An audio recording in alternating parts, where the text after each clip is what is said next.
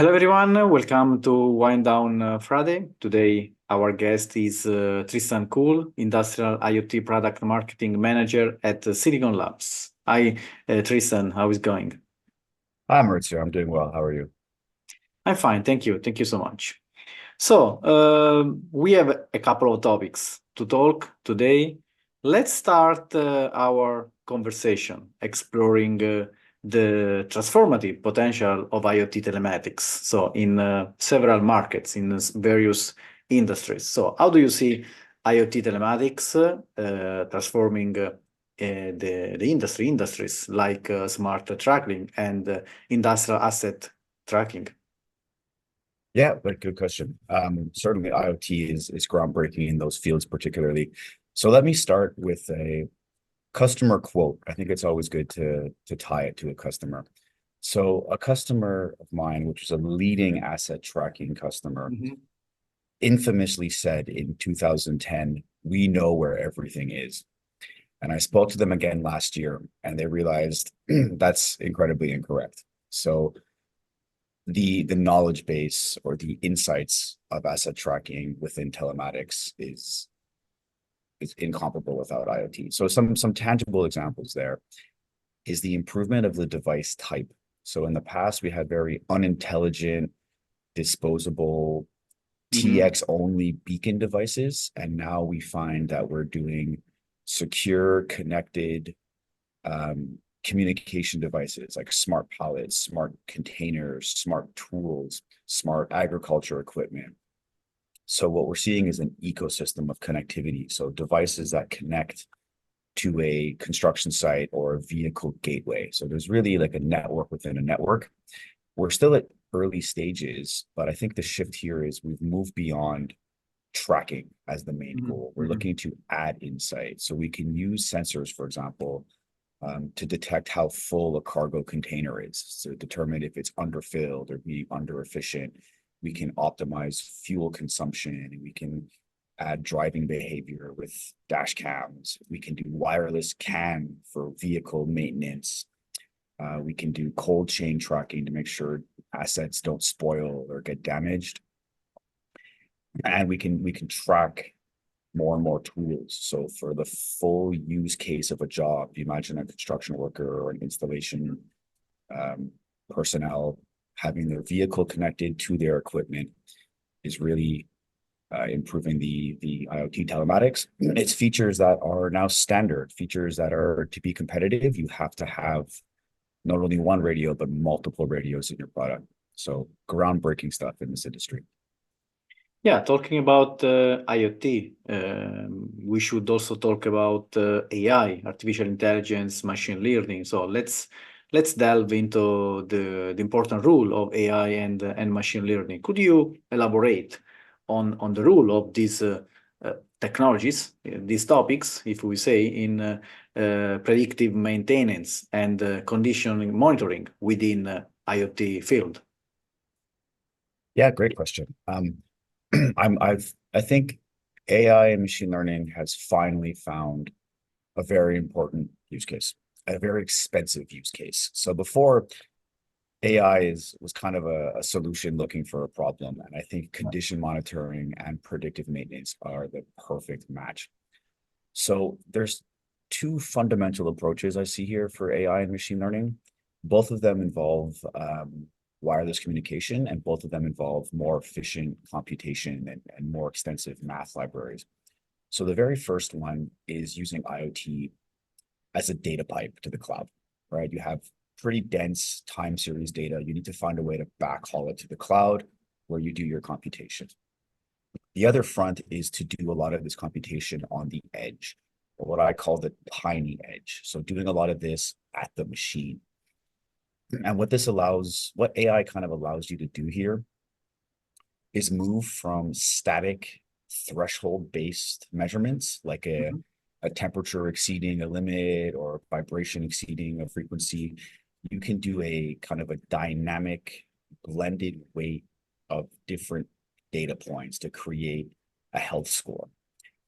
So it all involves pretty complicated math. As you take a high rate of data, You need to be able to train a model. You need to establish what is normal behavior. You need to be able to detect anomalies. And then with that, you can predict the remaining useful life. So all of this is happening behind the scenes, and the user has a very simple dashboard, and it seems natural to them. But behind the scenes, the AI portion is throttling what it can do. And I think the important shift in the industry is cloud versus edge. We're a proponent of the edge because you can use a lot less data bandwidth. So you have lower costs for your cloud infrastructure. You can do things faster and more power efficient by not having to transmit all the time. Yep. And this keeps your infrastructure more robust if your network goes down, and certainly keeps it more secure, right? If you're communicating all your data over the air, you're susceptible. So AI with the edge, machine learning, we're at the very beginning, but more and more industries are taking part of it, whether you're building the sensor, building the dashboard, manipulating the data. It's the perfect use case for this technology. Thank you, Tristan. So let's understand in terms of widespread adoption for IoT solutions. So the question is very simple. So challenges and opportunities in this case about IoT solution in the industrial mass market. So what challenges do you foresee in the widespread adoption of relative solution IoT solutions in industrial mass market? Yeah, I like the way you've asked that question, because what I'm seeing, and maybe it's a personal touch here, but I don't think there's a problem in the adoption. Everyone is convinced they need IoT. The problem is in the implementation. So challenges there is what seems like too many protocol options, which is a good problem to have, but it makes that learning curve and it makes that adoption a bit longer. You have to weigh out your decision matrix to multiple dimensions. So what the mass market needs for that is kind of what I put in two different camps of support. They need support within themselves, so they need to rely on a community. And a lot of silicon vendors are really ramping up their community forums and their mass market visibility, which I think Silicon Labs is making big progress in. And the other is direct customer to vendor support. So it's difficult to do that in the mass market because there's thousands of customers, but having clear documentation and a robust portal for mass market is key. And to answer your question here, the adoption issues, what I'm seeing in mass market, some pitfalls perhaps, is customers are still thinking that they're dissecting the problem into two. They're using a two-chip solution, one for compute, one for control, and one for communication. And this is not cost optimized. It's not power optimized. One chip ends up being an overkill. So it's not really fit for purpose. So really the mass market needs to find a way to combine those two, have just the right communication, just the right computation in one chipset. That's what I would identify as the biggest adoption hurdle.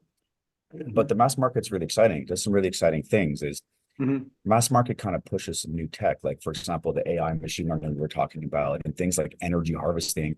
Those are trends coming from the mass market. It's not the big players, it's the small companies that are looking to differentiate. So if we enable the mass market, it's better for the entire industry. And talking about implementation, can you do some examples of successful implementations of IoT in optimizing logistics, enhancing operational efficiency? So may you do some examples? Yeah, certainly. So logistics and telematics is a really rich IoT ecosystem because it has full coverage. It has long range and short range coverage, and kind of two primary use cases. Local connection, so at a facility, in a warehouse, at a construction site, where they can use shorter range wireless, like a 15.4 Bluetooth or Wi-Fi, or when they're in transit, where they have to use like cellular LTE or GPS, GNSS. So a successful optimization or a successful implementation finds a cost and power efficient way to do both of those use cases. So rather than having two devices, you have one device that can do a full range. And the trends we're seeing here is only using the cellular and the longer range for when it's absolutely needed. So you have fallback on shorter range technologies like Wi-Fi, for example, to scan for SSIDs or connect to nearby routers.